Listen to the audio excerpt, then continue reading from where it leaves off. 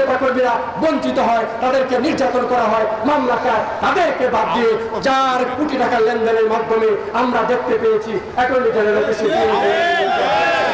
Deputy attorney general ও সহকারী attorney general নিয়োগে দুর্নীতি, দলীয় পক্ষপাত, অস্বচ্ছতার অর্থ লেনদেনের অভিযোগ তুলে নতুন করে নিয়োগের দাবি জানিয়েছেন বিএনপিপন্থী আইনজীবীদের একাংশ।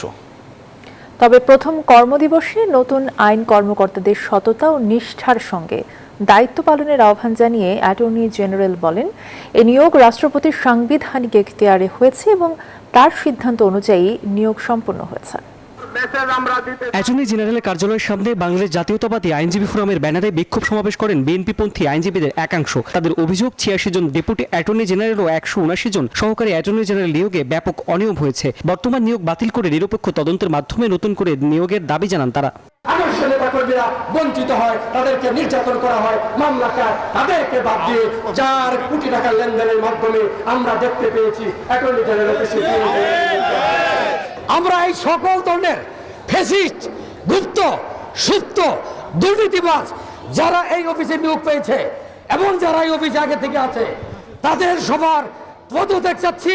একই দিনে কর্মদিবস শুরু করেন নতুন নিয়োগ পাওয়া ডেপুটি অ্যাটর্নি জেনারেল ও সহকারী অ্যাটর্নি জেনারেলরা। তবে নিয়োগ নিয়ে অভিযোগের বিষয়ে অ্যাটর্নি জেনারেল বলেন, রাষ্ট্রপতির সাংবিধানিক ক্ষমতার আওতায় নিয়োগ হয়েছে। রাষ্ট্রপতি যেভাবে মনে করছে যত বেশি সংখ্যক ডিএজি, এএজি দরকার তারা সেভাবে নিয়োগ দিয়েছেন।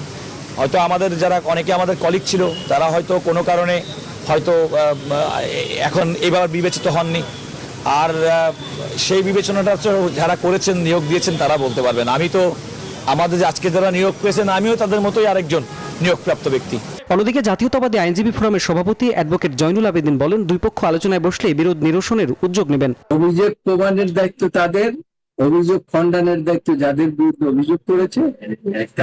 বিরোধ যদি সৃষ্টি হয়, যদি আর দুই পক্ষ একসাথে আসে, সেই ক্ষেত্রে আমি একটা উদ্যোগ নিতে পারি। এ সময় নতুন আইন কর্মকর্তাদের সততা, নিষ্ঠা ও পেশাদারিত্বের সঙ্গে রাষ্ট্রের পক্ষে দায়িত্ব পালনের আহ্বান জানান attorney general. Rashed Raihan, news 24, Dhaka.